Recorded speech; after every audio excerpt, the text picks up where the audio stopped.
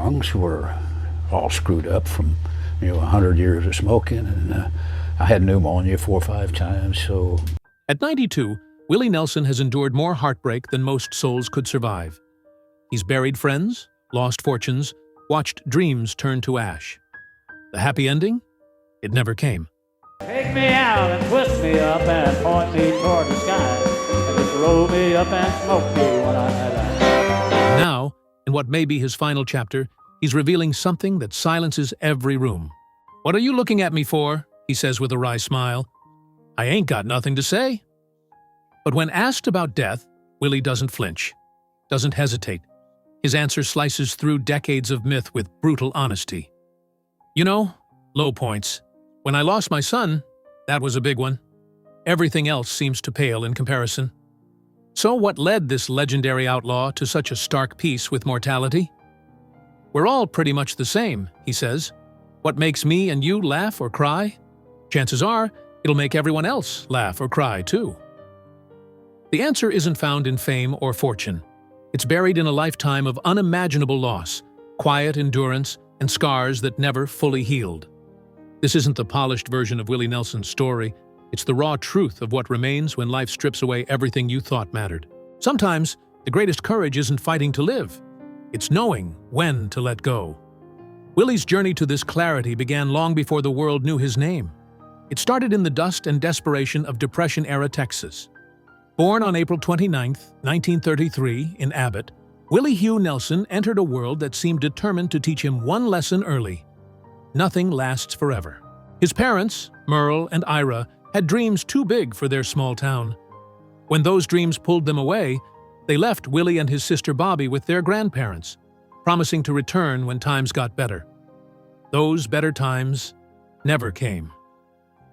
At 6 years old, Willie watched his mother walk away. His father remarried and started a new life. Willie was left wondering what he'd done wrong, why he wasn't worth staying for.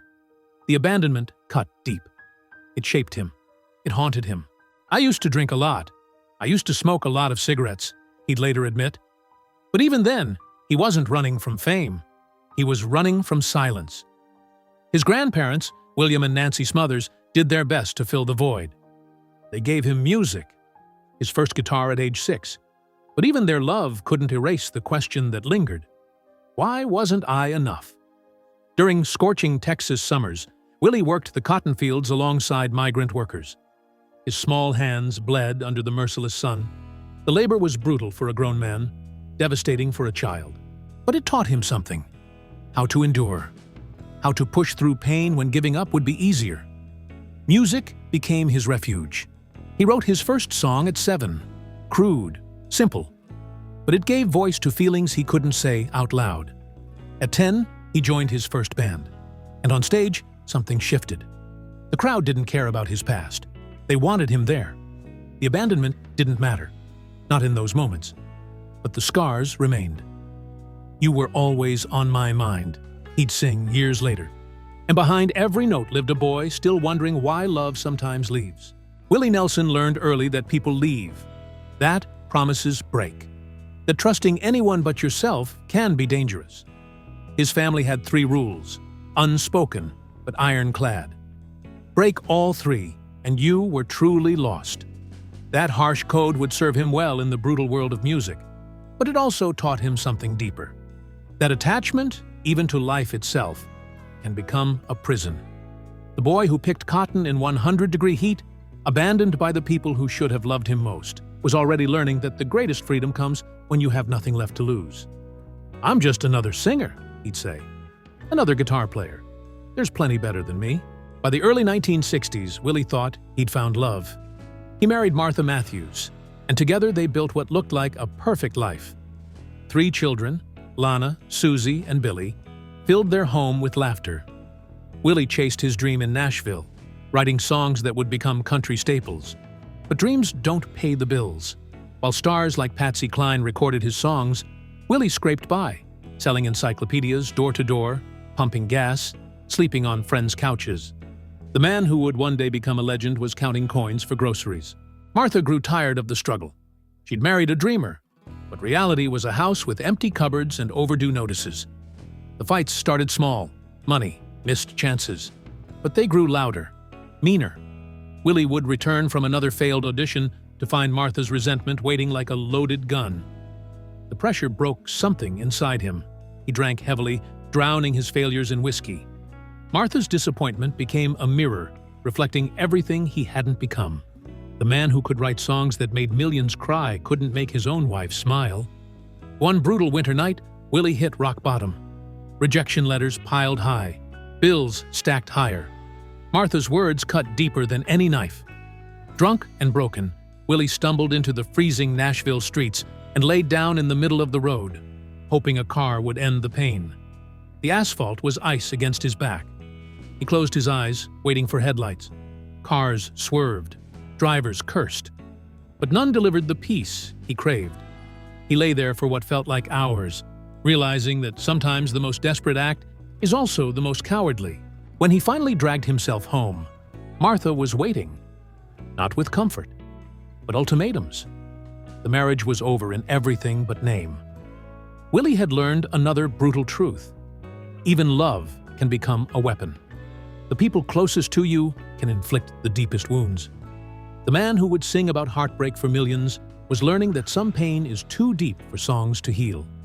Then came December 25th, 1991, a day that should have been filled with joy. Christmas morning. Presents under the tree. Grandchildren laughing. Instead, it became the day that would haunt Willie Nelson forever. Willie Nelson, Willie's eldest son, had been struggling for years. Being Willie Nelson's son in Texas was like carrying a weight that grew heavier every day. People expected Billy to be a reflection of his father, charming, talented, easygoing. But Billy was fighting demons fame couldn't touch. Depression wrapped itself around him like a snake, squeezing tighter each year.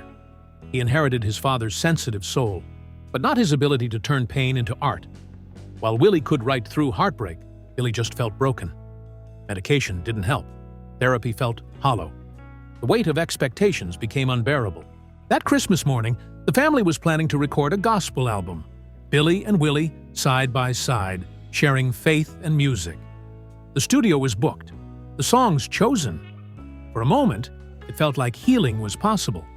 But Billy had already made his decision. While families across America unwrapped gifts, Willie Nelson ended his story. He was 33, the same age as Christ when he died. A detail that would torment Willie for years. The phone call came in the afternoon.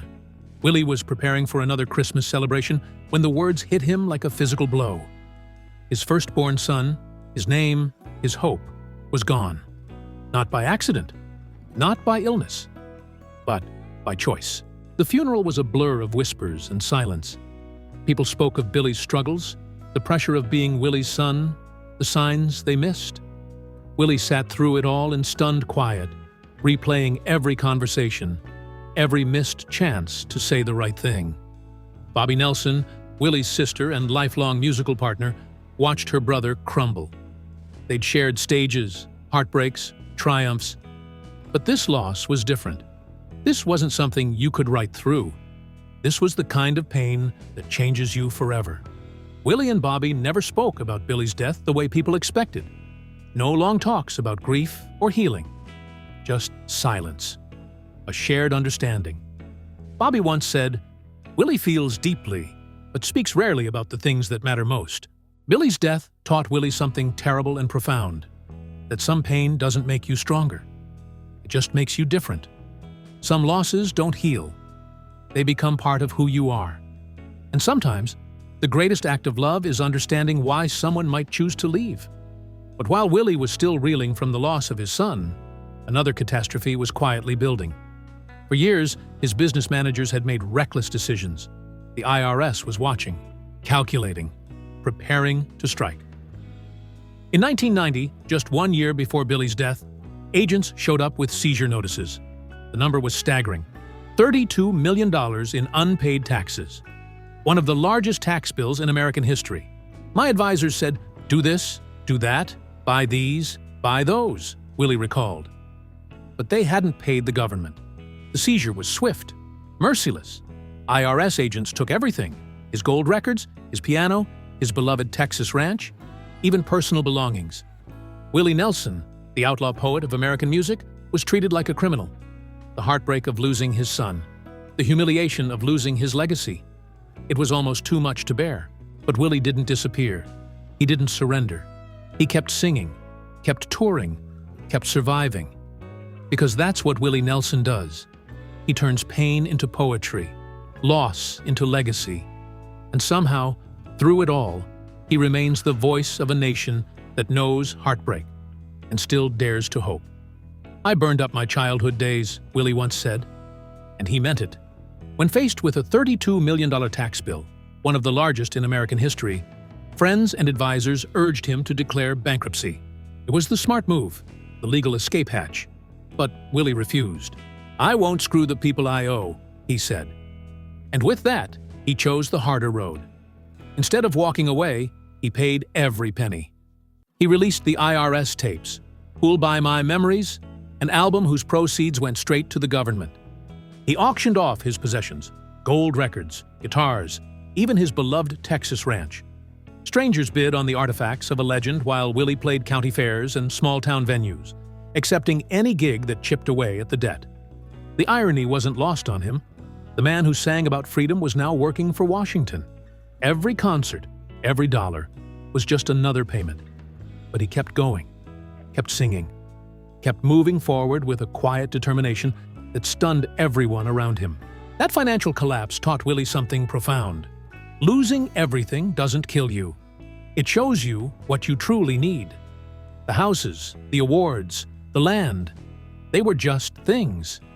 What remained was the music, the ability to touch hearts with a song. That couldn't be seized, sold, or stolen. By 1993, Willie had paid off the IRS in full. But the experience left scars. It taught him that clinging too tightly, even to success, even to life, only creates suffering. The man who had lost his son and his fortune was learning that survival isn't about holding on. It's about knowing when to let go. Willie Nelson was never like other country stars. He didn't play it safe. He didn't chase approval.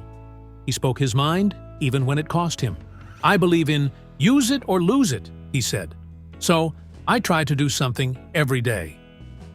In the late 1960s, when racial tensions ran high and country music was largely segregated, Willie made a statement that stunned the South. During a concert in Texas, he kissed black country singer Charlie Pride on the lips.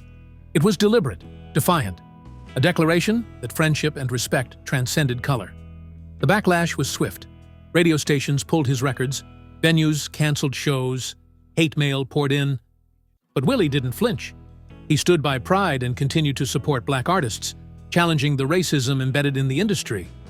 It cost him fans, but he'd learned that some principles are worth more than popularity. As he aged, his activism grew bolder. While most country stars stayed quietly conservative, Willie endorsed liberal candidates like Dennis Kucinich and Beto O'Rourke. He played benefit concerts for Democrats, spoke out against wars, and used his music to promote peace. Conservative fans felt betrayed, but Willie saw it differently. He was honoring the values his grandparents taught him: stand up for the underdog, speak truth to power. Perhaps his most controversial stance was his unapologetic support for marijuana legalization. Long before it was mainstream, Willie was open about his cannabis use. He was arrested multiple times, faced jail time, and even admitted to smoking a joint on the White House roof during Jimmy Carter's presidency, a story that became legend. In 2006, he recorded "Cowboys Are Frequently, Secretly Fond of Each Other," a playful song about gay cowboys. It mocked the hyper-masculine stereotypes of country music and suggested that love comes in many forms. The backlash was fierce. Fans boycotted, stations refused to play it, but Willie didn't back down. Then came "Vote Them Out" in 2018, a politically charged anthem released during a tense election season. Though technically nonpartisan, its message was clear. The song split his fan base. Some burned his albums, others praised his courage. Through it all, Willie held to one belief: better to be honest and hated than popular and fake. He knew that taking a stand would cost him, but staying silent in the face of injustice, that was a betrayal of everything music meant to him. Songs, he believed, were meant to change hearts, not just entertain. Real courage, Willie learned, isn't facing danger. It's speaking truth when everyone wants you to lie. It's choosing principle over profit, integrity over applause, and sometimes it's standing alone. But even as he stood tall, his body began to betray him. Willie's relationship with his lungs became a decades-long battle. The very habit he credited with saving his life, smoking marijuana, was slowly damaging the organs he needed to sing. His lung problems began long before cannabis became part of his legend. In 1981, during a family vacation in Maui, Willie's left lung collapsed while swimming in the ocean. Whether it was the pressure, the salt water, or sheer bad luck, it was the first sign that even legends aren't invincible. The pain was excruciating, like being stabbed from the inside. Willie Nelson was rushed to the hospital, gasping for breath. A collapsed lung was only the beginning. Years of cigarette smoke and heavy marijuana use had taken their toll. He was diagnosed with emphysema, a chronic disease that turned every breath into a battle. The man who once sang for hours on stage was now struggling to cross a room without wheezing. Pneumonia became a recurring nightmare, striking him again and again. Each bout left his lungs weaker, more scarred, less capable of doing the job they'd done for decades. Friends and family watched helplessly as the vibrant performer faded, his voice losing power, his stamina evaporating. By 2015, Willie's condition had deteriorated so badly, he made a dramatic decision: stem cell surgery. Doctors harvested cells from his body and injected them into his lungs, hoping to regenerate the damaged tissue. It was experimental, risky, and it forced him to cancel tours, disappointing thousands of fans. But it was necessary. Without intervention, his performing days were numbered. Recovery was long, uncertain. There were no guarantees. Then came 2022. COVID-19 found its way onto Willie's tour bus in Nashville. For a man with compromised lungs, the virus was a loaded gun. Annie D'Angelo, Willie's fourth wife and the love of his life, sprang into action. When he woke up in the middle of the night struggling to breathe, she didn't hesitate. A rapid test confirmed their worst fears. Willie had COVID. Annie turned their home into a medical facility. Paxlovid, monoclonal antibodies, steroids, nebulizers, mobile medical units, around-the-clock monitoring. For days, Willie's life hung in the balance. His lungs, already battered, were under siege. The man who had survived abandonment, financial ruin, and personal tragedy was now facing his most dangerous enemy. Annie later described those days as watching Willie fight for every breath, never knowing if the next one would come. But slowly, incredibly, he recovered. The treatments worked. His natural toughness kicked in, and he pulled through what could have been his final battle. But the experience changed him. He had come face to face with mortality in the most visceral way, feeling his body shut down, his breath grow shallow, his strength slip away. And in that moment, Willie learned something profound. Dying isn't always dramatic. Sometimes it's just running out of breath. He realized that death isn't the enemy. Suffering is. And sometimes, the kindest thing you can do is accept the end. When Willie speaks now about not fearing death, it's not bravado, it's experience. He's already felt what dying feels like. The gradual shutdown, the quiet surrender, the peace that comes when fighting becomes futile. He's learned that letting go isn't weakness. It's grace. In the world of country music legends, Willie Nelson has become something rare, something sobering, the last man standing. The highwaymen, Willie Nelson, Waylon Jennings, Johnny Cash, and Chris Christopherson, once defined outlaw country. 4 giants, 4 rebels, 4 brothers in song. Now Willie sits alone with their memories. Johnny Cash, the man in black, was the first to fall. His death in 2003 left a hole in country music that could never be filled. Willie watched his friends succumb to diabetes and respiratory failure, witnessing how even titans can be brought low by the quiet betrayal of the body. Waylon Jennings followed in 2002. Diabetes complications claimed him too. Waylon had been Willie's closest friend among the highwaymen, a kindred spirit who understood the price of rebellion. They toured together, wrote together, survived together. When Waylon died, Willie lost more than a collaborator. He lost a brother. Then came September 2024. Chris Christopherson passed away at 88, a songwriter's songwriter, a poet of pain. His death hit Willie hard. Chris had been the youngest of the group, the one they all thought would outlive them. Instead, Willie found himself at another funeral, saying goodbye to another piece of his past. Standing at those funerals, Willie began to understand something profound. Being the last one left isn't a victory. It's a burden. Each death was a mirror, a preview, a reminder that time is undefeated. But it also taught him something about legacy and letting go. Willie spoke softly about Chris's passing, about the treasure trove of songs he left behind. "For as long as we're here," he said. That phrase carried weight. It was an acknowledgement, a quiet surrender to the ticking clock. Watching his friends die taught Willie about dignity in departure. None of them raged against the dying of the light. They embraced it. Cash performed almost until his final breath. Jennings kept making music through the pain. Christopherson remained creative and engaged until the end. And now, Willie carries their stories. The last highwayman, still singing, still breathing, still standing. But with every note, every breath, every quiet moment, he knows. The road is shorter than it used to be. And the music, his music, is what remains. He came to understand that death isn't something that happens to you. It's something that happens around you, quietly, constantly, until one day, it's your turn. Watching his friends pass taught him a truth most never grasp. The fear of death is often worse than death itself. It's the anticipation, the dread, the desperate clinging to life that causes the deepest suffering. Willie's acceptance of mortality isn't morbid. It's not defeat. It's clarity. He's seen what happens when you fight the inevitable, and he's seen the peace that comes when you don't, when you. His friends didn't die in vain. Their departures taught him how to live without fear, how to face the end with grace. Now, when Willie performs, he carries their voices with him. Every song is a tribute, every concert a remembrance. He's no longer just Willie Nelson. He's the keeper of a legacy that will fade when he does. But that knowledge doesn't make him sad. It makes him grateful. He's been chosen to be the final witness to something beautiful. And when his time comes, he'll greet death like an old friend, ready to rejoin the band. At 92, Willie Nelson has earned something rare, complete honesty about life and death. His brutal acceptance isn't born from despair. It's the result of a lifetime that stripped away every illusion about what truly matters. He's been abandoned, betrayed, bankrupted, broken. He's buried his son, lost his fortune, and watched his body slowly fail.